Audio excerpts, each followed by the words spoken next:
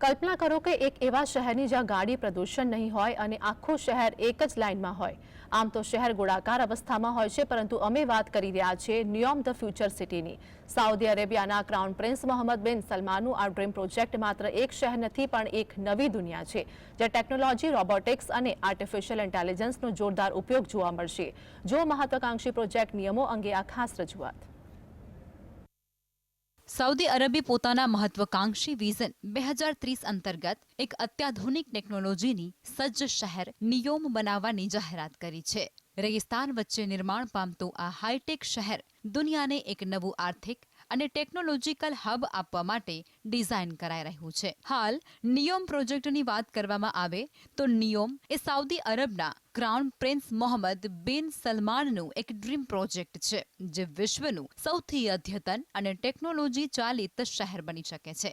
આશરે 500 અબજ ડોલરના રોકાણ સાથે આ શહેર સાઉદી અરબ, જોર્ડન અને ઇજિપ્તની સરહદ નજીક 26,500 વર્ગ કિલોમીટરમાં વિકસાવાઈ રહ્યું છે।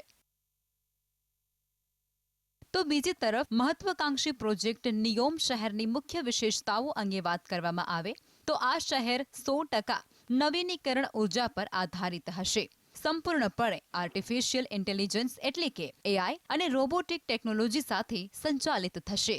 કાર મુક્ત અને પ્રદૂષણ મુક્ત શહેર હોવાની સાથે હાઈ સ્પીડ ટ્રાન્સપોર્ટ સિસ્ટમ વિકસાવવામાં આવશે। આ પ્રોજેક્ટ અંતર્ગત ધ લાઇન નામથી 170 કિલોમીટર લાંબી શૂન્ય કાર્બન શહેરની રચના કરાશે। આ ઉપરાંત ઓક્સાકોન તરીકે આ શહેરને એક ઉત્તમ અને આધુનિક દરિયાઈ વેપાર અને ઉદ્યોગ હબ તરીકે વિશ્વ સમક્ષ પ્રસ્તુત કરાશે। આ શહેરમાં આશરે 90 લાખ લોકોને વસાવવાની યોજના છે, પરંતુ વાસ્તવિકતા અને ડિઝાઇન અંગે પ્રશ્નો ઉઠી રહ્યા છે।